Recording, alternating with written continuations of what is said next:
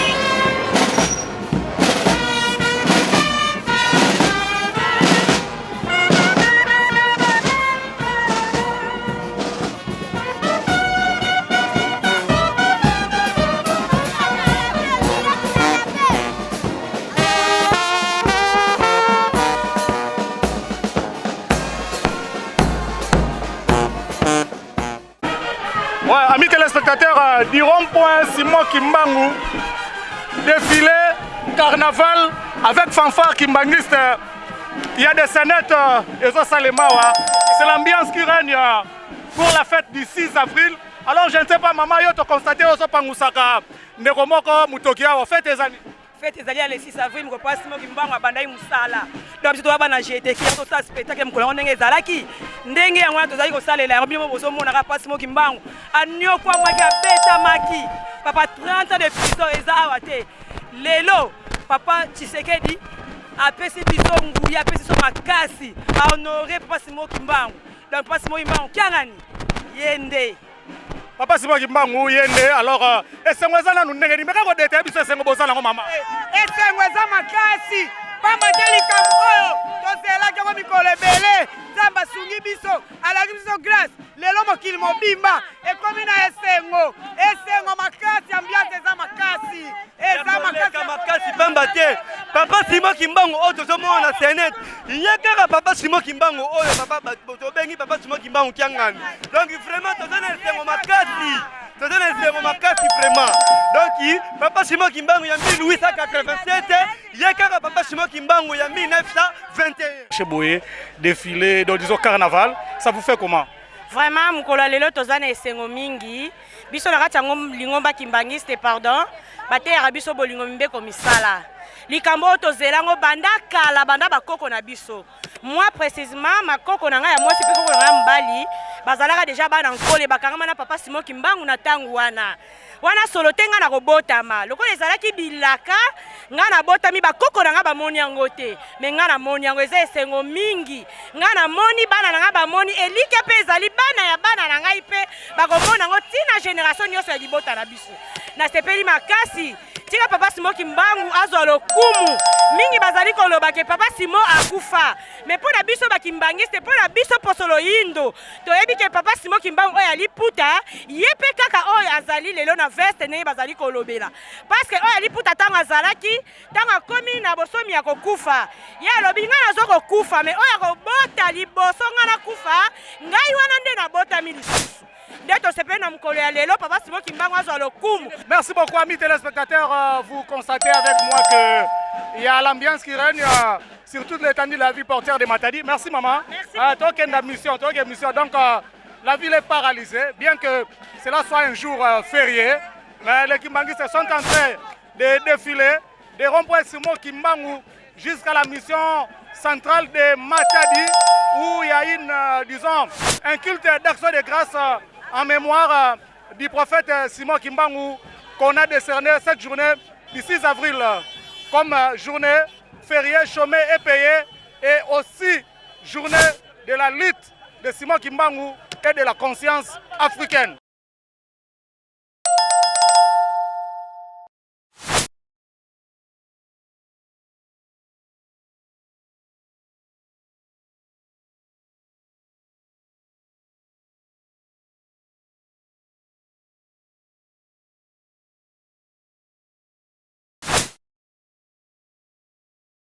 C'est toujours pour les comptes de votre magazine, Larry s'exprime.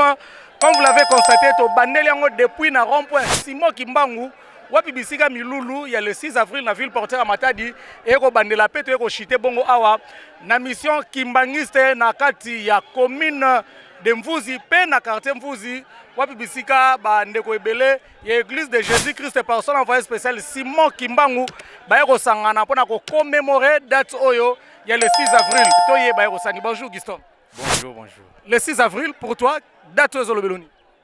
Bon, date Zolo Bamingi parce que ezali debi ne babengango journée de la conscience africaine, ezali debi oyo événement, il y a un grand leader, un grand esprit oyo banda qui ko éveiller conscience il y a l'homme noir pour que to accéder na indépendance.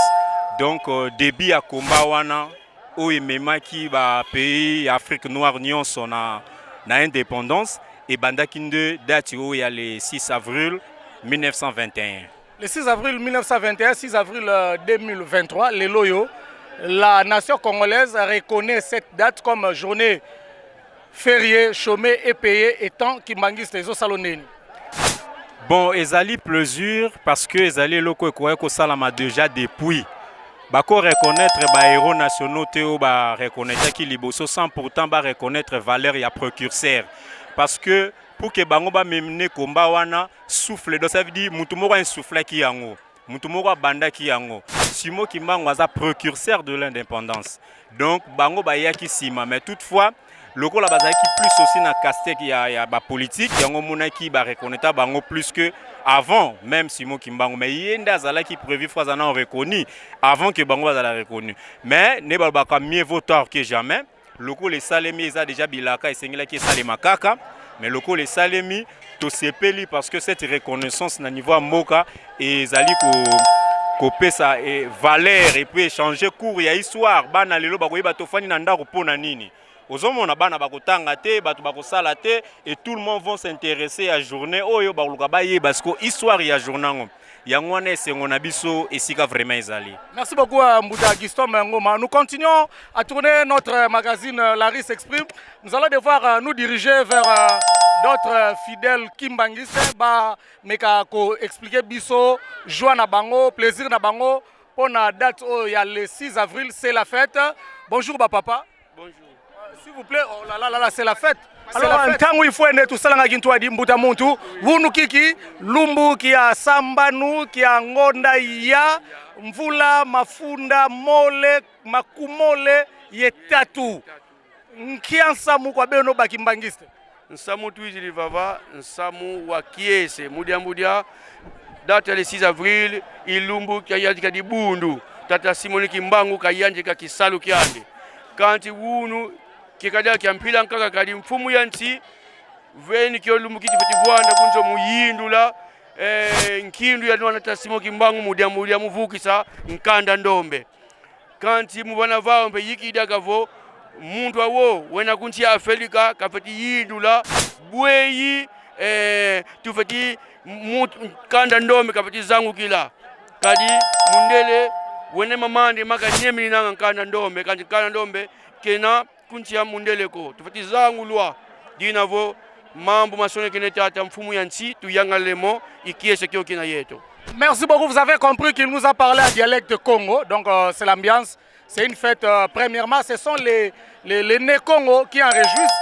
Voilà, il y a des gens quand même qui nous fouillent en quelque sorte, mais que voulez-vous Nous allons devoir circuler, tendre notre micro aux uns et aux autres. Voilà, il y a aussi il y a aussi un commissaire de la police, Mosala Yanzambe, et Zara pour la civilité.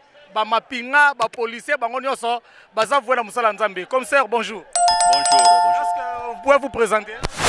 Je me réponds au nom de Mbiyavang Bavouidinti. Monsieur Mbiyavang Bavouidinti, vous êtes de la police nationale congolaise. Aujourd'hui, que présente cette date du 6 avril pour vous? Donc, date ya 6 avril pas nangai, ezali date moko, ezali mokolo oyo, papa Simungimba Bande Mosala nae. Mais pour na lelo, ezali date moko spéciale pour Nabiso. Nandenge président de la République à reconnaître yango loko la date fériée, ozaki motono surtout avant di nandako pe bazo futa na mbula matadi na biso. Alors message kwa ozani na ba congolais nyonso pe na ba africain nyonso oyo bandimelaka Simon Kimbangu pe ba ope bandimelaka ete. Bon message ko kozala boye. Simon Kimbangu azali mosali ya Nzambe lokola basala ba Nzambe nyonso totanga na Bible. Donc ezali na église ou bien moto ko niye azali te. Donc to kamata mosala Nzambe lokola basala Nzambe nyonso tout oyo bakomama na kati ya mokanda Nzambe totanga na ba ngomba na biso nyonso. Donc ezandenge wana. Merci. Chris, Kata. Voilà, amis téléspectateurs, 6 avril 1921, 6 avril 2023, cela fait 102 ans depuis qu'a commencé la mission du prophète Simon Kimbangu, sauveur de la race noire. Tolagi Sibino, Bilili, comment est-ce que Bandeko Nabiso et l'église de Jésus-Christ, par son envoyé spécial Simon Kimbangu, Babanaki Milulu na bango ya fête ya le 6 avril à l'élo, oyo ezabongo spécial pona ba congolais nyonso parce que cette journée a été décrétée comme étant journée fériée, chômée et payée. Donc partout sur toute l'étendue à 2 345 000 km². Donc Batouba Salaka, et ça la société de télécommunication, la société après ces médias, il y a communication, Baminganga Banani, Bangonioso, et ça journée fériée, chômée et payée. Moussale Banawasele Massousouté. Par là, la nation congolaise reconnaît les mérites du prophète Simon Kimbangu. Ils ont déclaré journée de la lutte et du combat du prophète Simon Kimbangu et journée de la conscience noire, Wapibisika, de la conscience africaine.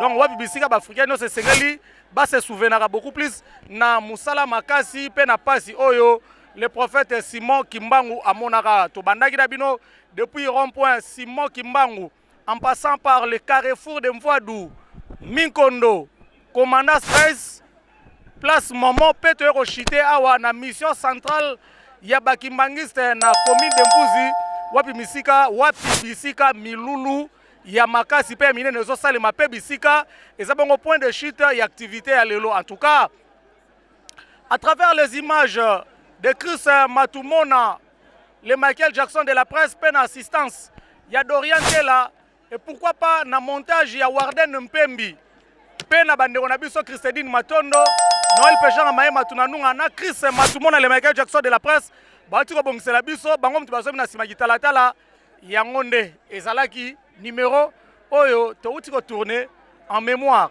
Il y a prophète Simon Kimbangu, Pebo Moni, Lolengekani, Nyoso et Outiko Lekel. En tout cas, portez-vous bien. On se retrouve très prochainement pour un autre numéro. Allez, bye.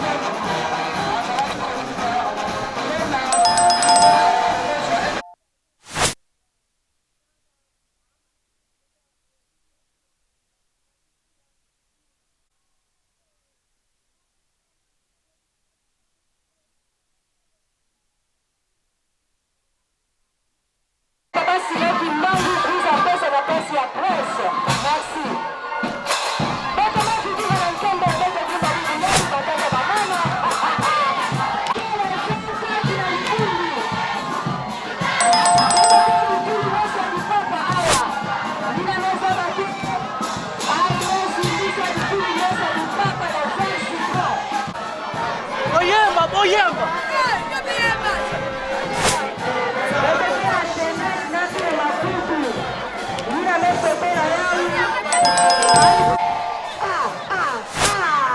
C'est ça.